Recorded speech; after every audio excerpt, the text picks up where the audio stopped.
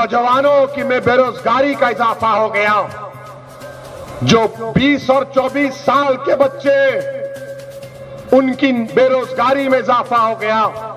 BJP के पास इसका कोई इलाज नहीं है। और अभी शौकत साहब बता रहे थे कि कानपुर देहात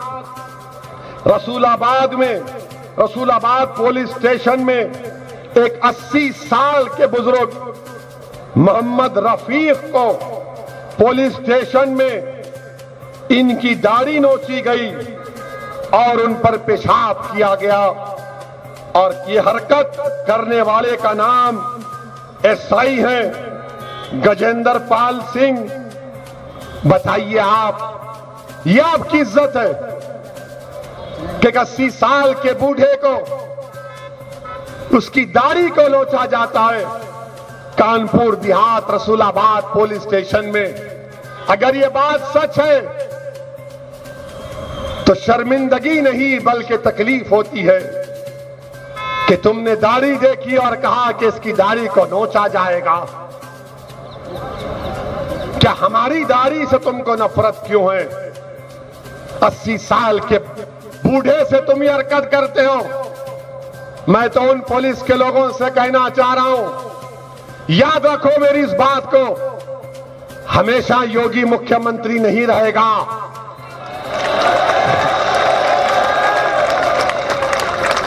हमेशा मोदी प्रधानमंत्री नहीं रहेगा। और हम मुसलमान वक्त के एतबार से खामोश जरूर हैं, मगर याद रखो हम तुम्हारे जुल्म को भूलने वाले नहीं हैं।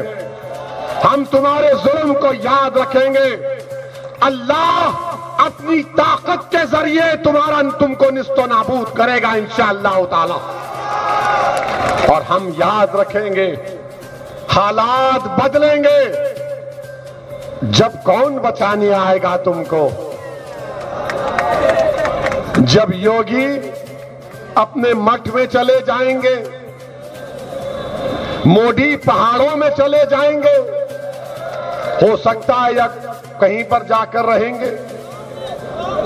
जब कौन आएगा हम नहीं भूलेंगे। याद रखो, हम वो भी नहीं भूलेंगे कि एक मुसलमान ऑटो रिक्शा ड्राइवर को एक दंगाई बजरंग दल जो भी थे उसको मार रहे थे। वो बच्ची अपने बाप को बचाने की कोशिश कर रही थी। यही कानपुर में हुआ था ना। हम याद रखेंगे, वो बच्ची उस बाप की बेटी नहीं, मेरी बेटी है। मैं उसकी तकलीफ को नहीं भूलने दूंगा इंशाअल्लाह ताला। हम याद रखेंगे इन चीजों को। और आप अगर समझ रहे हैं कि लट लेके मारेंगे, टीवी पर दुनिया ने देखा कि बाप है, गोद में मासूम सा बच्चा है और पुलिस के थानेदार लट से मार रहे हैं। बाप कह रहा है बच्चे को लगेगी, बच्चे को लगेगी। गाड़ी में एक आदमी बैठा हुआ है तो थानेदार साहब कह रहे हैं हीरो बनता है, तुझे हीरो बनाऊंगा। अरे तुम आज अपने वर्दी की ताकत पर जिसको डरा रहे हो कि हीरो हीरो बनेगा, कल तुम जीरो बनोगे इंशाअल्लाह ताला। तुम जीरो बनोगे इंशाअल्लाह ताला। जिंदगी का कोई भरोसा नहीं है। बड़े बड़े लोग उड़ जाते हैं। मौत आएगी इंशाअल्लाह ताला, मुझे भी आएगी। मगर मैं वादा कर रहा हूं कि अल्लाह जिंदगी की जितनी मोहलत दिया, मैं अपनी जिंदगी के एक एक लम्हे को मजलूमों के इंसाफ के लिए, मुसलमानों के हक के लिए और जालिमों से पंजा आजमाई करने के लिए उस वक्त को लगाऊंगा जब तक अल्लाह जिंदा रखेगा। असदुद्दीन अवैसी उत्तर प्रदेश से भारत के कोने कोने में जाता रहेगा। है कि ये सब बातें तो वो आदतन बोलते हैं, फितरतन बोलते हैं, शरारतन बोलते हैं। नाम असदुद्दीन हो या अकबरुद्दीन हो, दिल का भाव तो वही रहता है। ये तो उसी पार्टी के हैं ना। 15 मिनट पुलिस हटा लो, 20 करोड़ बदाम 100 करोड़ और अनेक प्रकार की निंदनीय, भर्त्सना योग्य भद्दी बातें करके जो वो करने का प्रयास कर रहे हैं। मेरे विचार से मैं कहना चाहूंगा कि जो बाकी पार्टियां हैं ना, समाजवादी पार्टी और ये सब, उनपे तो जिन्ना का साया है। और इनमें तो जिन्ना की रूह है।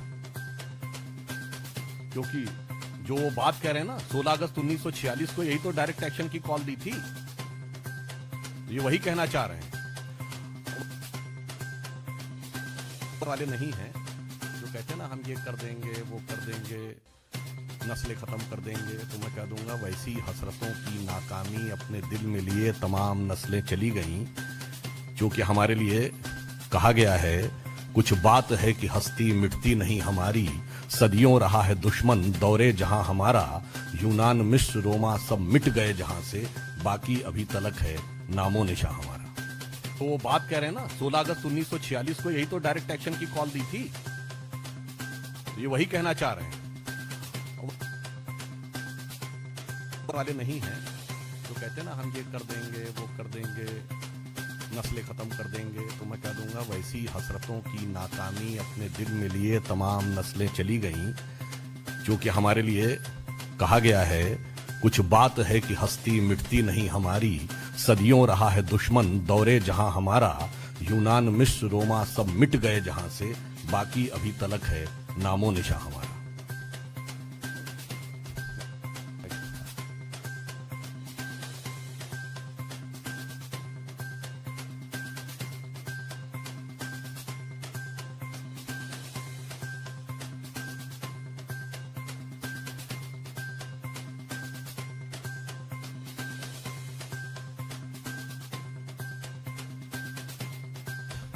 धर्म संसद के विषय के ऊपर आप धर्म संसद वालों से पूछेंगे। हम किसी भी प्रकार के न कोई सांप्रदायिक विषय के ऊपर बोलता, हम तो संपूर्ण समाज को साथ में लेने की बात करते हैं। और धर्म का विषय तो आप हमसे क्यों पूछ रहे हैं साहब? यह देश तो धर्म प्राण देश है। बताइए, सर्वोच्च न्यायालय के एम्बलम पे क्या लिखा है? यतो धर्मस ततो जया। ये लोकसभा के स्पीकर की चेयर पे क्या लिखा है? धर्म चक्र प्रवर्तनाय। भारत के राष्ट्रीय ध्वज पर जो अशोक का चक्र है वो क्या है?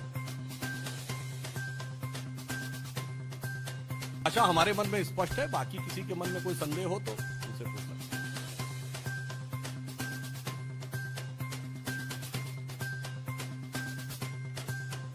इस विषय पे जो भी सरकारी विभाग हैं वो अपने अनुसार कार्य करते हैं। अब अगर आप यही बात देखें तो अगर एसआईटी की रिपोर्ट हमारे गृह राज्य मंत्री है, वही सरकारी एजेंसी पूछताछ करने लगती है तो वो हैरेसमेंट है। तो दो में से एक आरोप पहले तय कर लें। अब दो में से एक आरोप तय कर लें, तब हम उनका उत्तर दे देंगे।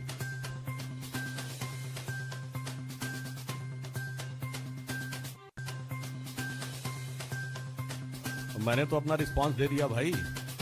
और ये तो मैं कह रहा हूं ना, वो हिंदू और हिंदुत्व वालों से तो रिस्पांस लीजिए ना, वो कितनी बातों में रिस्पांस देते हैं। इसीलिए मैं कहना चाहता हूं, उनको तो बड़ी विराट बुद्धि है ना।